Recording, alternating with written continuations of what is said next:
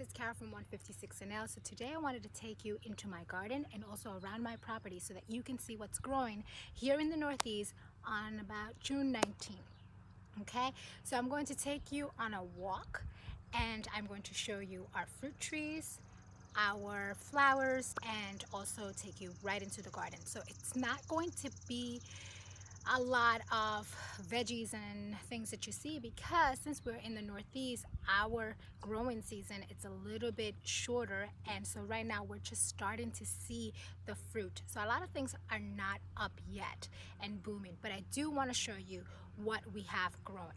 Also, I want you to talk a little bit about the things that we include in our garden.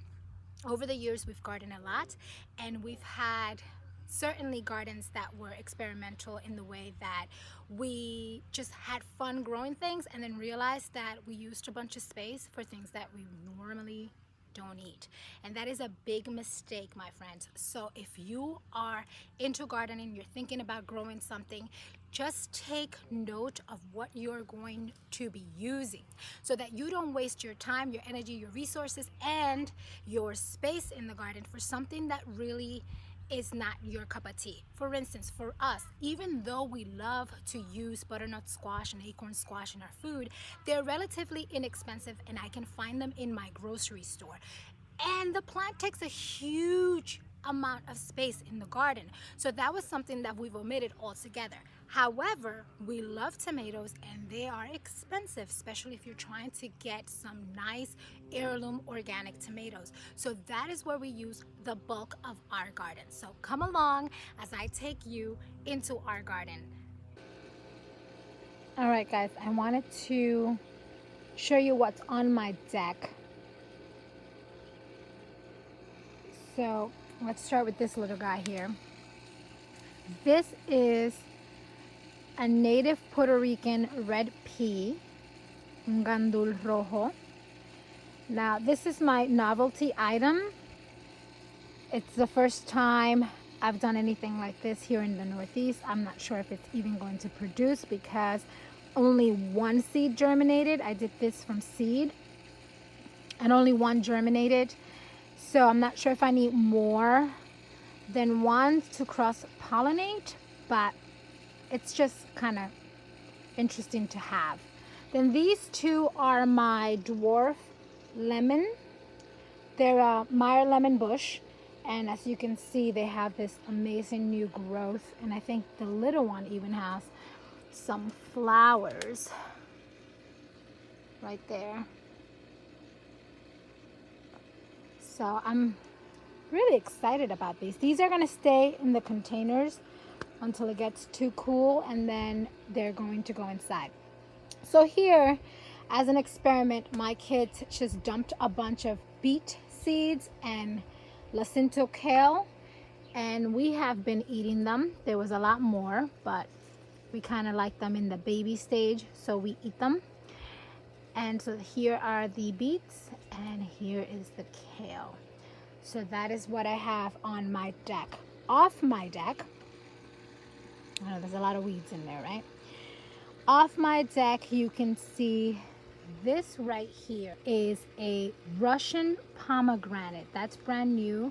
I'm not sure how that's going to fare, but I thought it would be neat to try to see if we can grow some pomegranates, if not this year, maybe next year. And then that, this, and that are our brand new figs. And let me see if I can zoom in. They already have figs. Super excited about that because we cannot get fresh figs anywhere over here. And then I have two Aurora blueberries, and then that's it for this area. And I have a volunteer blackberry that's coming up right here. This is a thornless one.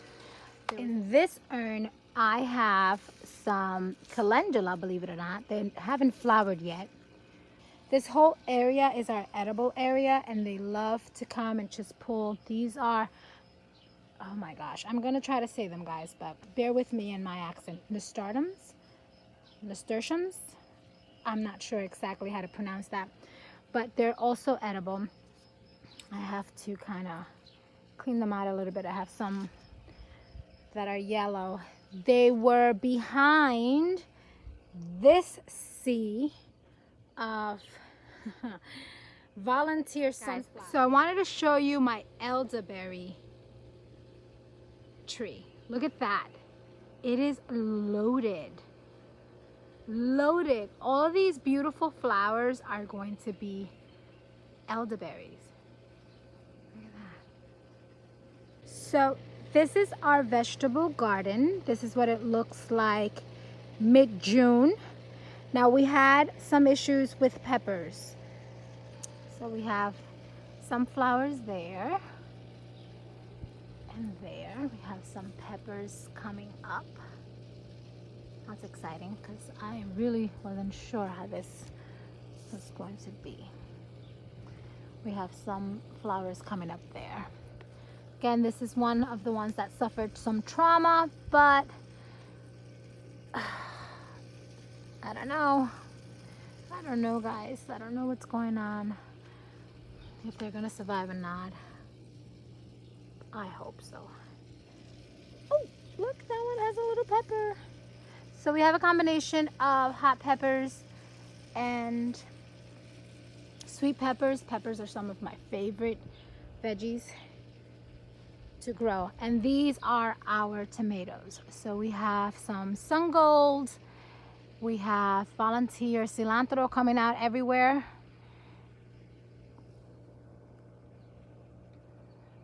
Tomatoes are looking good. This one needs a cage. All right, so this was my 5-gallon bucket potatoes. Now, if you've been with us, and I'll link that in the cards, I showed you how easy it is to use a potato from your cupboard that had sprouted. And look at this, guys. It looks beautiful. It even has some flowers coming up. So what's going to happen is eventually at the end of the season, this is going to turn brown, and that's when I know to harvest my potatoes. All right, we have some basil here, and that is some lemongrass. Now, this little baby, we rescued it.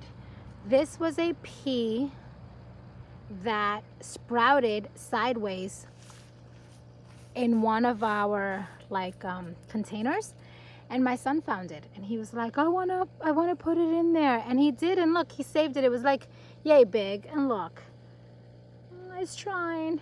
I love it.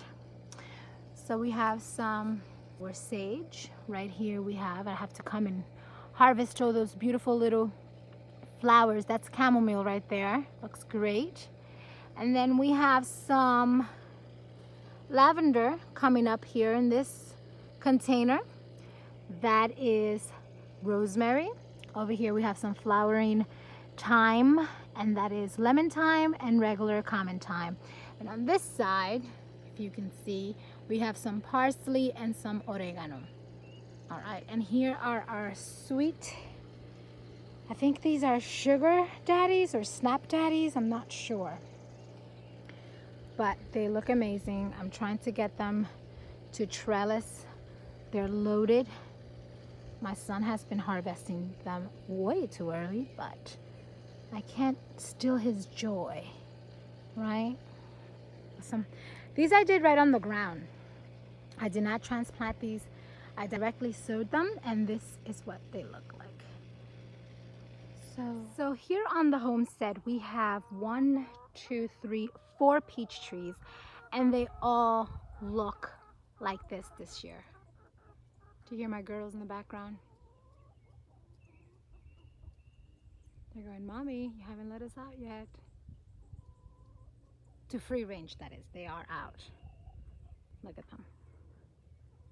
Hi, girls. Hello. Hello, you ready for free ranging? In a little bit. So the peaches look like that, every single one of them, which is great because last year they did horribly. Anyway, this apple tree was one of the first fruit trees that we've planted. And this is Yes, last year we got some really pitiful looking apples and we only got like 3. This year we have more and they're still pitifully looking. Look at that. It's like they're ugly. And I know that organic fruit is not supposed to be pretty. It's not as pretty as what you see in the supermarket, but I don't want to treat it. However, I've spoken to some people that have orchards around here and they tell me that unfortunately with all the diseases that have been introduced, look at that. Oh, that is terrible.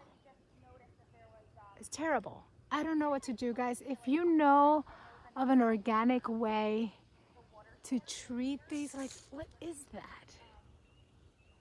That one looks all right. Another peach.